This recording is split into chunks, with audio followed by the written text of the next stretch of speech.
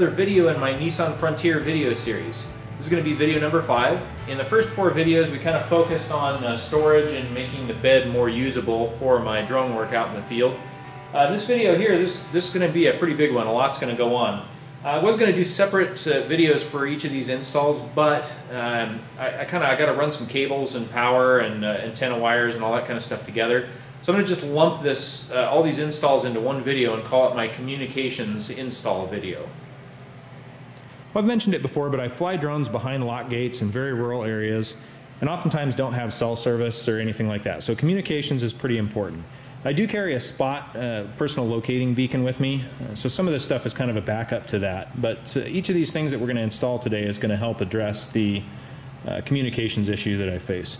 So first up is this Weboost Drive 4GX cell phone booster. I have a similar model. It's a little bit older model in my truck. It came with a little like rubber ducky antenna, and I installed this antenna on that cell booster, and it made a world of difference in how well the system worked.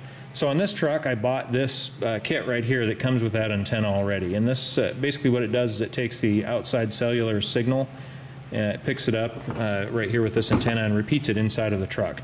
So it doesn't create cell service, but it adds a couple of bars, a couple of dBm to whatever service might already be available out there. Next up is this Vhf Amateur Radio, and this is a Yaesu FTM-400XDR, and this is a really nice radio. It's got GPS built right into it, and I am and do have my technician's license. I'm KE7RKL. I'm also the fire chief on my local fire department, and so the ability to at least listen in on the fire and public service frequencies is going to be really important. Of course, I can't use this radio to transmit on those frequencies. It can be modified to transmit on them, but I do carry a handheld fire department radio for that use as well. But being able to use this to at least listen in on those frequencies is key. And then also as an emergency backup communication on amateur bands. And I'm going to set this thing up for APRS, which is Automatic Packet Reporting System, or Automatic Position Reporting System. And with that, this will send out a beacon every set amount of minutes and actually ping the location of the truck, which my wife and other employees can see where I'm working throughout the day. So that will be the VHF radio install. We'll get this antenna up on the headache rack and everything else. And the last is a CB. And the reason I have to have a CB for work in the woods, and it's because all the log truck drivers and other personnel that are working in the woods still run CB radios. And all those roads are, they're only wide enough for one vehicle. And communicating with the other drivers out there is really important. So I don't drive on any of those roads without the CB on. So we'll be installing that today as well. Again, here's the antenna for that. That'll also be going on the headache rack. Now, how am I going to power all this stuff? Well, I'm sure a lot of you guys have seen, you've opened up the hood of a vehicle and someone's added a bunch of accessories and you see this big cluster of fuses and wires that are all bolted to the battery terminals, and I don't want to do that. So I bought this here off of Amazon. I'll post a link to it in the description. But it's basically an OE style fuse block and relay block. I'm going to need several power runs run into the cab and under the vehicle. I'm going to need a relay and a fuse for the onboard air that I'm going to be doing.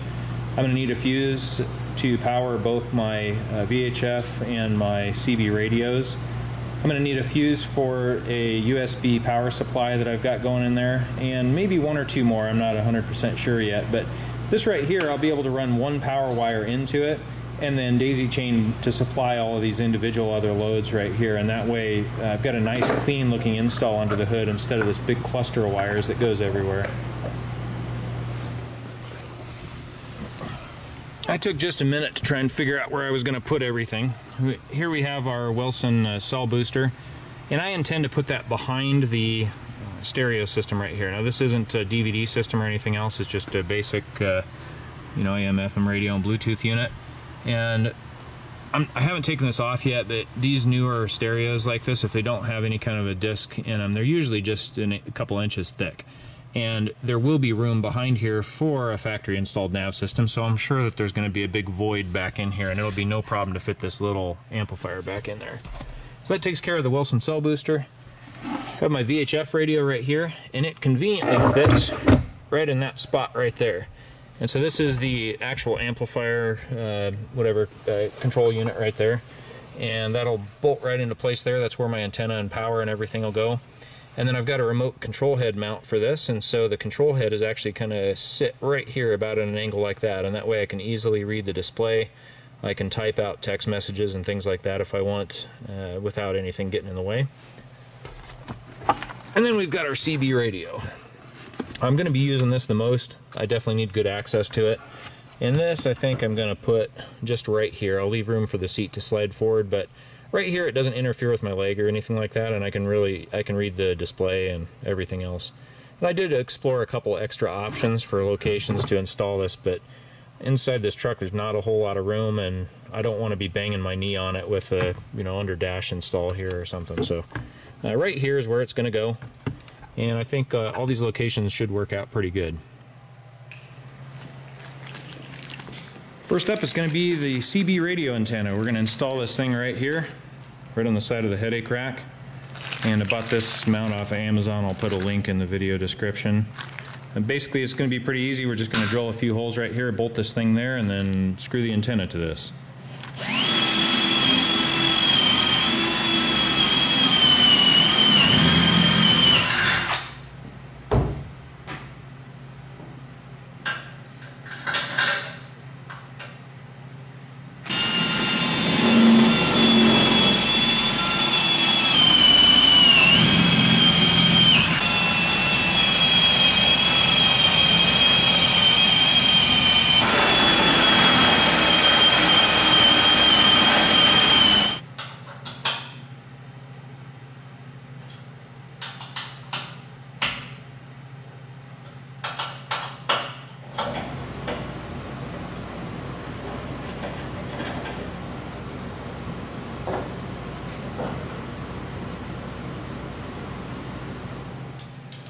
Alright, our CB antenna is installed, and so next up is going to be this VHF antenna for the VHF radio.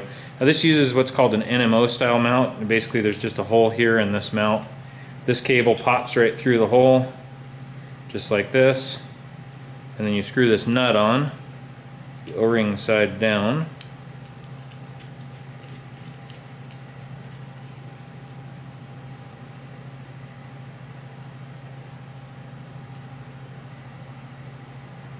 And then the antenna just screws right onto this nut.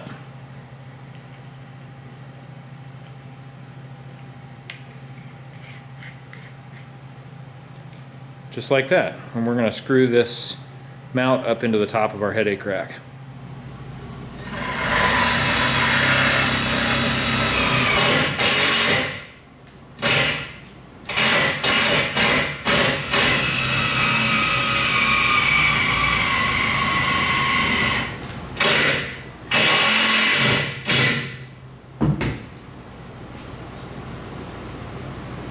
Getting ready to mount the Wilson cell booster antenna. I made up this bracket right here, and it's I just cut it out a piece of 1/4-inch aluminum, and it's going to bolt basically right up in the corner of the headache rack, right up in that corner up there. We'll go take a look at it.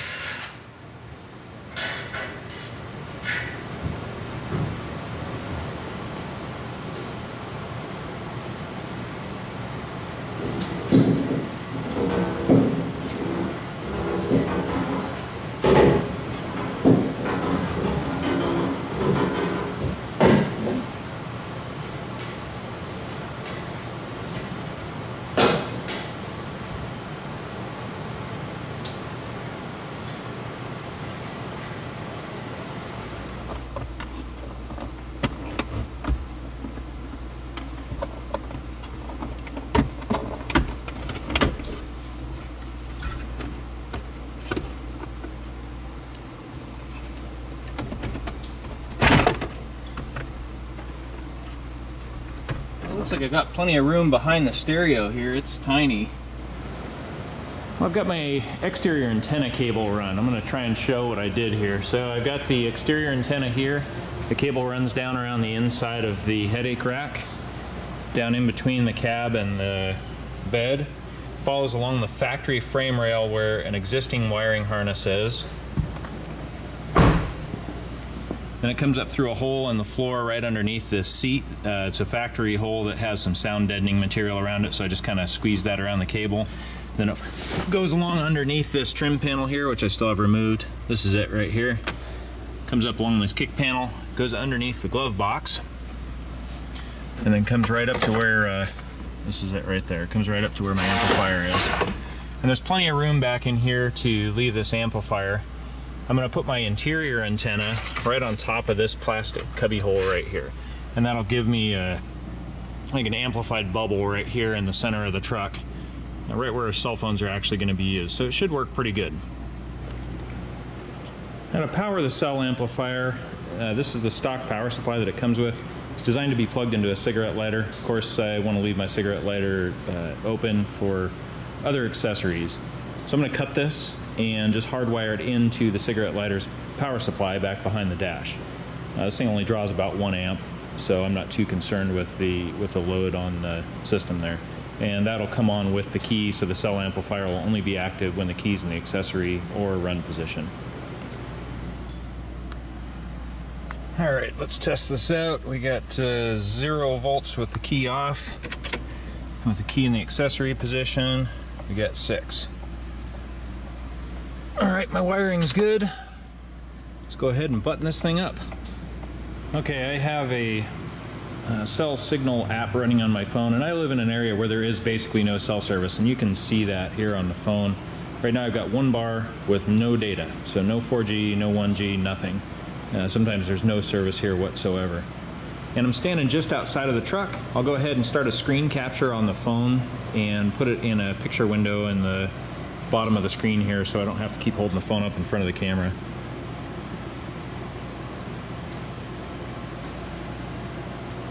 As you can see, we've got no 4G signal right now. We're going to step into the truck and watch it change. It is going to take just a second. We should see it switch on to 4G here pretty quickly.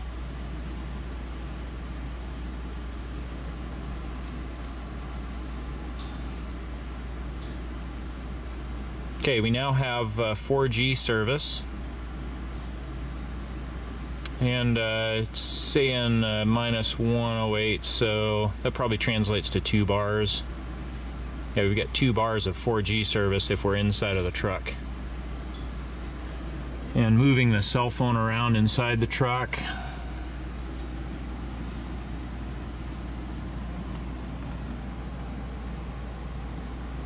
So anywhere up here on the dash, the signal's pretty good. Of course, down here right beside the antenna, it's the best, but even if a user's got the phone up to their ear in the passenger seat, it's still going to be usable. Okay, I have the antennas installed, and the cables run inside the cab, and I have locations planned out for both the VHF and CB radios. Now I just need to come up with a way to power those. And we've all seen vehicles that have a bunch of electrical accessories added on, and they've just got a big snafu of cables bolted up to the battery and fuse holders and stuff like that. We're going to do a little better than that here. I bought this fuse and relay box from Amazon. Again, the link will be down in the video description. But basically this just holds standard automotive style relays. You can see right here, just like that, it just plugs right in. And then across the top right here is where all the fuses go. And it doesn't come with anything pre-wired. There's no bus bars or anything like that. Right now these things just fit loosely in here. It did come with the necessary connectors for doing that, so that's something I'm going to have to do. I'm not going to fully wire this right now. That would be a little bit of a chore, but basically I'm going to just wire in 2 relays. One relay is going to be for the onboard air system, which is coming up in the next video, and the other relay will just be for future use for fog lights or something like that, whatever I decide. And then there'll be 4 fuses that I'm going to wire in. 2 are going to power the 2 relays, and then the other 2 are going to go directly in the cab. One's going to power a USB 6-way quick charge power supply that I have, and then the other is going to go to power the 2 radios. So I'm going to head over to the electronics workbench and heat up the soldering iron, and we'll come up with some way to get this thing all pre-wired.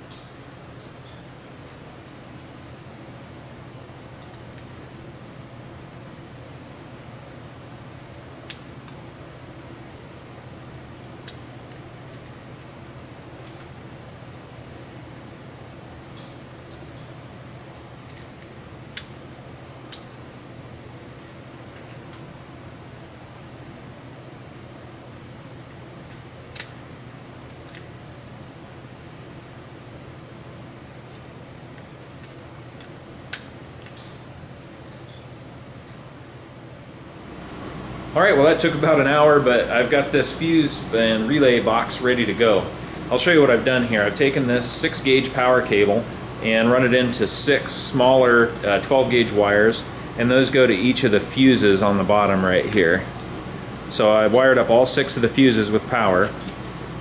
Now on the other side of the fuses, I've got 2 coming out right here, and these are going to go to power my VHF radio and CB and my USB power supply. And then I've got one of the other fuses going to this relay right here. And this relay is going to be for my air compressor. That's actually coming up in the next video. And that supplies this 10 gauge wire right here. And then this white wire is going to be from the pressure switch to trigger this relay. So I think I've got everything all wired up in this box. We're going to find a spot for it under the hood and plug it in. I got the covers on this relay box. Really like it. It's a much nicer, neater way of doing things than having wires strung all over under the hood. Let's start hunting down a spot to bolt this thing into place. All my underhood wiring's done, and I tried to film some of it, but with the lighting and access the way it is, a little difficult. So no video clips of me installing this stuff, but I'll show you what I've done. So this, after some investigation, this was the best place I found under the hood to mount the aftermarket fuse box. Let me pop this open here. You can see the relay and the fuses and things like that in there.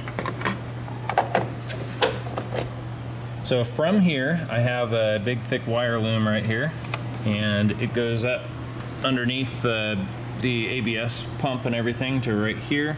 Then I have it split off. I have 2 wires going inside to power stuff inside. I have another piece of flex loom going down underneath the vehicle. It's going to power the onboard air. And then I have this following the factory wiring loom right here. Goes down right here underneath the factory fuse panels, and then right up into the positive battery terminal right here.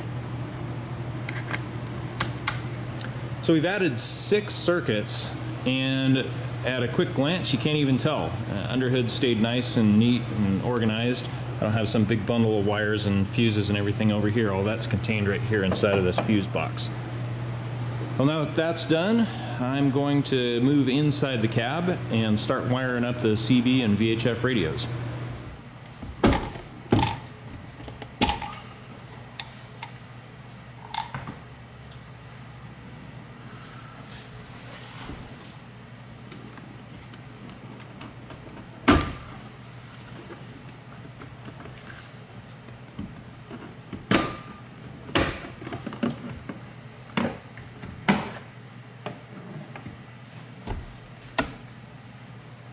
Well, I've got this whole VHF radio assembly bolted up here on the center console. I have the control unit right here, or the base unit, whatever, mounted in this little pocket. It's kind of inaccessible anyway. And it's got plenty of room around it for ventilation, and I got a hole drilled right here for the antenna cable. And then I've got the display or control head right here. And this sits in the truck just like this, gear shifter right here. And so this should point directly at the driver. I think it's going to work pretty good, as long as I can get this to fit in there. So I'm going to head inside and see if I can get this clipped back into place. Well, it's not a half bad looking setup. I won't lie, it's a little bit difficult to get that antenna on the back of the base module right here, but I was able to assemble it and disassemble it and take that console in and out several times. So it just takes a little bit of finagling, but this is a good use of the space. Really, it doesn't get in the way. The driver's side seat's actually able to slide right past the CB here for anyone that's got really short legs. And everything seems to be working good. While I got this drink cup console out of here, I'm going to finish running the wires back to my USB power supply. So we'll get that thing installed and then button all this up here. Okay, I realize it's a little bit dark in here, but you can see the way I got things organized. And everything's meshing pretty well together. I've got my 6-way quick charge USB power supply there, and this is powered all the time, even when the key's off.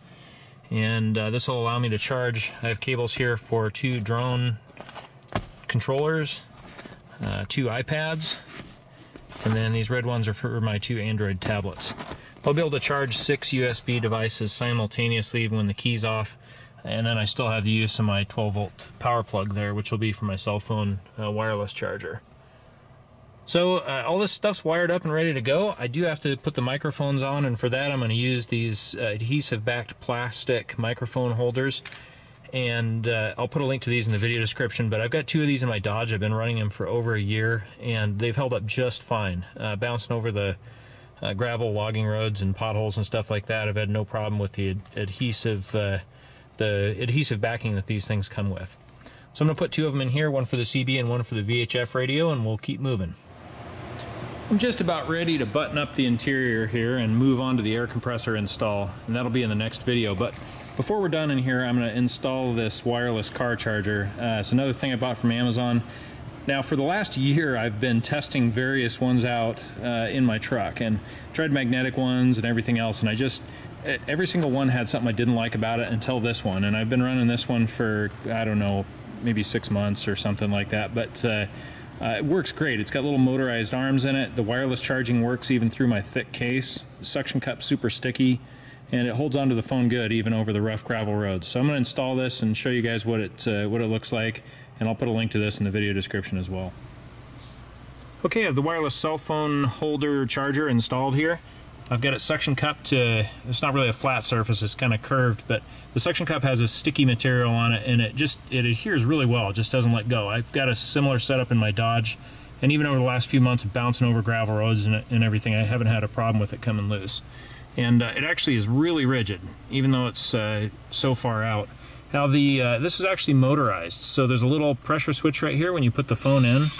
The little arms power in and grab a hold of the phone, and then to release it there's just a button on the side. And it holds the phone really secure. And there, the phone's charging wirelessly now, and I've got it hooked up to a quick charge, so it charges the phone really fast, and it has no problem even through the thick rubberized case on this Galaxy S8.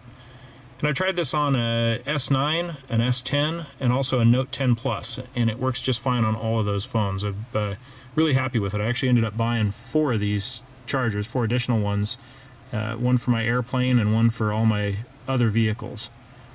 So if you're in the market for a wireless cell phone charger, this is an awesome one right here. I've really enjoyed owning it. Okay, just to recap, we've installed a Wilson cell booster, a dual band amateur radio, a CB radio, the antennas to support all those devices, and then under the hood we installed a relay/fuse box to power all of those. We installed a USB power supply, and then I ran cables to power the Vhf air compressor that I'm going to be installing in an upcoming video. So I'm going to wrap this video up here. Thanks for watching, guys. This is video number 5 in the series, and video number 6 is going to be coming right up. And that'll be installing onboard air in this truck right here. I'm going to be custom making a small air tank and putting a Vhf 400C air compressor in. So stay tuned for that. It's coming right up, and thanks for watching.